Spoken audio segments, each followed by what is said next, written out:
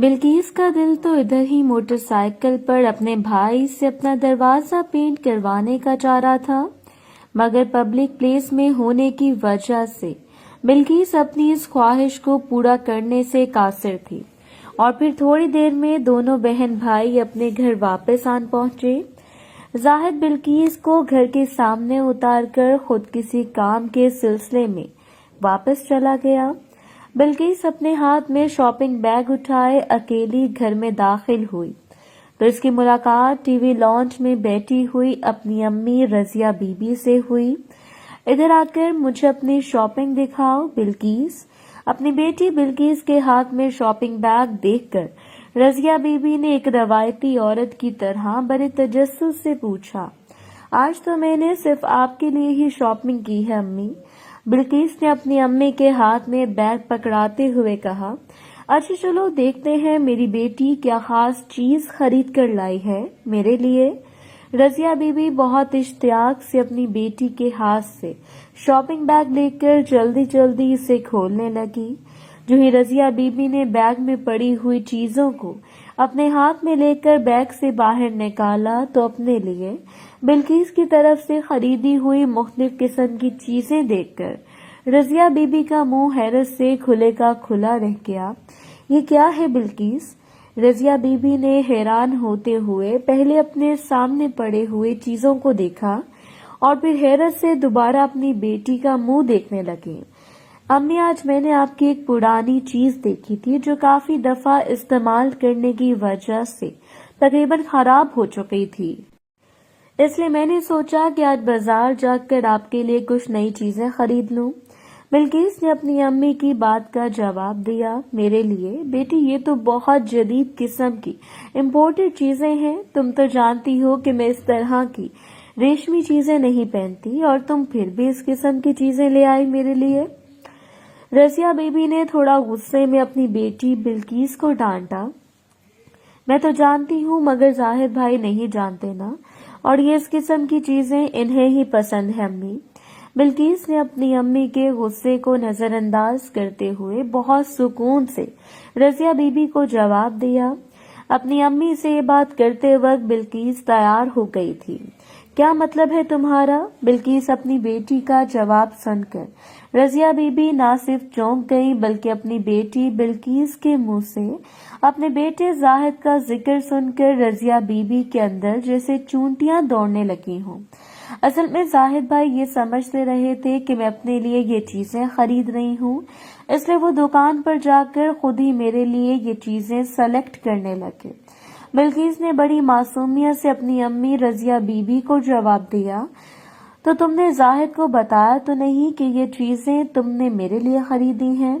Razia be be نے دھڑکتے دل سے فوراً اپنی بیٹی سے دوبارہ سوال کیا۔ میں نے پہلے تو نہیں بتایا مگر نمبر سن کر زاہد بھائی کو پتہ چل گیا کہ میں نے یہ اپنے لیے نہیں خریدی، اس لیے مجھے مجبوراً ان کو بتانا پڑا۔ امی جان، بلقیس نے ہلکی آواز میں اپنی امی کو جواب دیا۔ اف، یہ تم نے کیا کیا بیٹی؟ اپنی بیٹی کے منہ سے یہ بات سن کر رضیہ بی بی کے منہ سے یہ الفاظ نکلے مگر اس کے ساتھ یہ بات جان کر کہ آج اس کا سگا بیٹا اپنی امی کے لیے انتہائی خوبصورت چیزیں پہننے کے لیے سلیکٹ کر کے لایا ہے تو رضیہ بی بی کی آگ ایک دم سے بھڑک اٹھی۔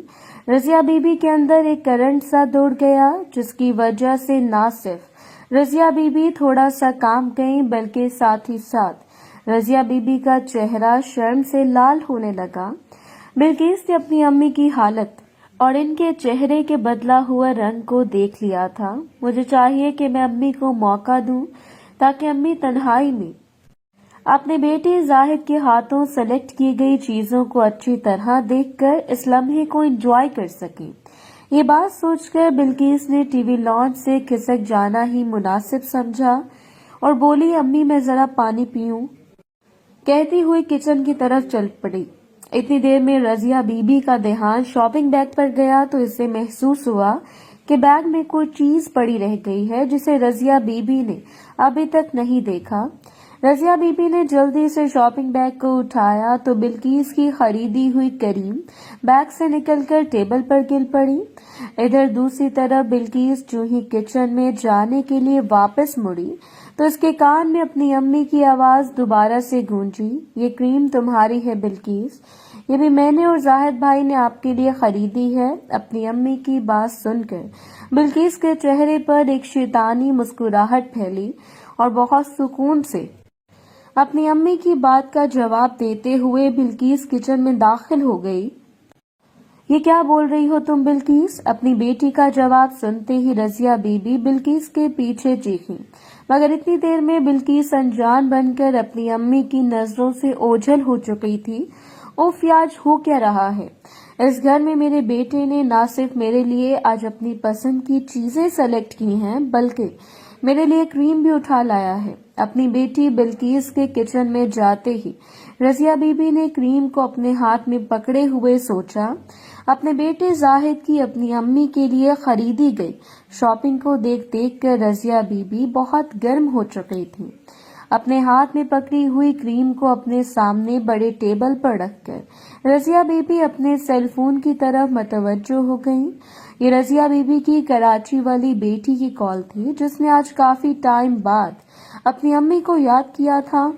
اپنی کراچی والی بیٹی سے باتیں کرنے کے دوران ہی رضیہ بی بی نے بلقیس اور زاہد کی لائی ہوئی چیزوں کو دوبارہ شاپنگ بیگ میں رکھ کر بیگ اپنے کمرے کی الماری میں رکھ دیا۔ اپنے بچوں کی طرف سے کی گئی اسپیشل شاپنگ کو دیکھ کر رضیہ بی بی تیار ہو چکی تھی، مگر اپنے گھر کے کام کاج میں مصروفیت کی وجہ سے وہ اس دن اپنی زمین پر اپنے ہاتھ سے ہل نہ چلا سکی۔ اس دوران رات ہو گئی تو دونوں ماں بیٹی اپنے کمرے میں جا کر اپنے اپنے بستر پر سو گئیں۔ اس رات دیر گئے جب زاہد گھر واپس لوٹا تو حسب معمول بلقیس اور رضیہ اس وقت تک سو چکے تھے، اس سے زاہد اور رضیہ بی بی کا آپس میں سامنا نہ ہوا۔ دوسری صبح زاہد اپنی امی اور بلقیس کے اٹھنے سے پہلے ہی اپنے پولیس اسٹیشن چلا آیا، اس لیے آج بھی زاہد کا اپنی امی رضیہ بی بی سے سامنا نہ ہوا۔ اس دن زاہد کی برتھ ڈے تھی، مگر ہر سال کی طرح اس سال بھی زاہد کو اپنی برتھ ڈے کا دن یاد نہیں تھا، چونکہ اپنی بہن کا شوہر بننے کے بعد یہ زاہد کی پہلی سالگرہ تھی، اس لیے ایک اچھی اور پیار کرنے والی بیوی کی طرح بلقیس کو اپنے شوہر کا یہ جنم دن بہت اچھی طرح یاد تھا۔ کیوں نہ میں شام سے پہلے بازار جا کر اپنے بھائی کے لیے گفٹ اور کیک لے آؤں اور شام کو گھر واپسی پر اپنے زاہد کو سرپرائز دوں۔ اپنے گھر کے کام کاج سے فارغ ہو کر بلقیس نے سوچا، یہ سوچ کر بلقیس نے دوپہر کا کھانا بنایا اور پھر فارغ ہو کر بازار جانے کے لیے تیار ہو گئی۔ امی میں ذرا مارکیٹ تک جا رہی ہوں۔ تیار ہو کر جو ہی بلقیس اپنے کمرے سے باہر آئی تو اس نے سامنے صوفے پر بیٹھی اپنی امی سے کہا، تم تو کل بھی زاہد کے ساتھ بازار گئی تھی، کیا کوئی چیز رہ گئی تھی جو اب اکیلے مارکیٹ جا رہی ہو؟ بیٹی رضیہ بی بی نے صوفے پر بیٹھتے ہوئے اپنی بیٹی سے پوچھا۔ اچھا، آپ کو بتا دیتی ہوں، مگر آپ کو وعدہ کرنا ہوگا کہ آپ زاہد بھائی سے اس بات کا ذکر نہیں کریں گے۔ بلقیس نے اپنی امی سے درخواست کی۔ ایسی بھی کون سی راز کی بات ہے بلقیس؟ اچھا چلو نہیں بتاؤں گی۔ رضیہ بی بی نے اپنی بیٹی سے وعدہ کر لیا۔ اصل میں آج زاہد بھائی کی سالگرہ ہے، اس لیے میں بھائی کے لیے گفٹ اور کیک لینے جا رہی ہوں تاکہ آج شام کو انہیں سرپرائز دے سکوں۔ بلقیس نے اپنے دل کی بات اپنی امی سے کہہ دی۔ اچھا جاؤ، مگر جلدی آ جانا۔ رضیہ بی بی نے اپنی بیٹی کو اجازت دے دی تو بلقیس ٹیکسی لے کر اپنے گھر کے قریب ہی ایک شاپنگ مارکیٹ میں چلے گئی۔ اس روز ایک تو گرمی کی شدت اور دوسری لوڈ شیڈنگ کی بھرمار سے رضیہ بی بی کا برا حال ہوتا تھا، اور ویسے بھی اپنے بیٹے کے لائے ہوئے گفٹ کے بارے میں سوچ سوچ کے رضیہ بی بی کے اندر گرمی کی شدت کل سے بڑی ہوئی تھی۔ جب تک بلقیس شاپنگ کر کے واپس آتی ہے اس وقت تک کیوں نہ میں جلدی سے نہا لوں، یہ سوچ ذہن میں آتے ہی رضیہ بی بی اپنے کمرے میں گئیں، اوپر والا باس اتار کر بیڈ پر پھینکا اور شیشے کے سامنے کھڑے ہو کر اپنا جائزہ لینے لگی۔ اس نے پرانے سٹائل کا نیچے چھوٹا والا باس پہنا ہوا تھا جو اسے اچھا نہیں لگ رہا تھا۔ نہانے کے بعد کیوں نہ آج میں اپنے بیٹے زاہد کی پسند کی ہوئی چیزیں پہنوں، رضیہ بی بی کے ذہن میں خیال آیا۔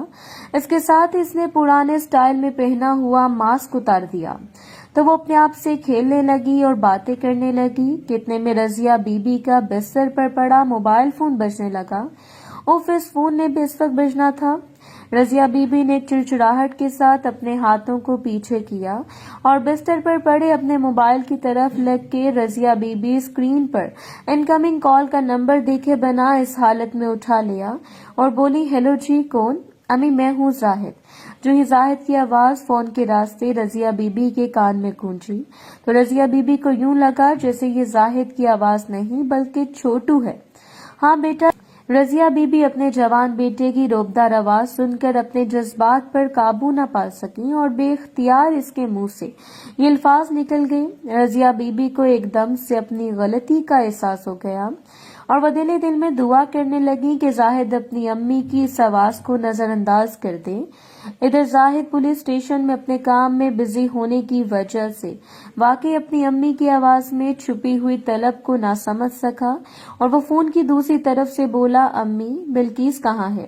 میں 2-3 دفعہ اسے فون کر چکا ہوں مگر وہ فون کا جواب نہیں دے رہی۔ محترم ناظرین اور سامعین، اس کہانی کا باقی حصہ اگلی آنے والی ویڈیوز میں پیش کیا جائے گا۔ اگر آپ کو ویڈیو اچھی لگی تو ویڈیو کو لائک اور ہمارے چینل کو سبسکرائب ضرور کریں۔ شکریہ۔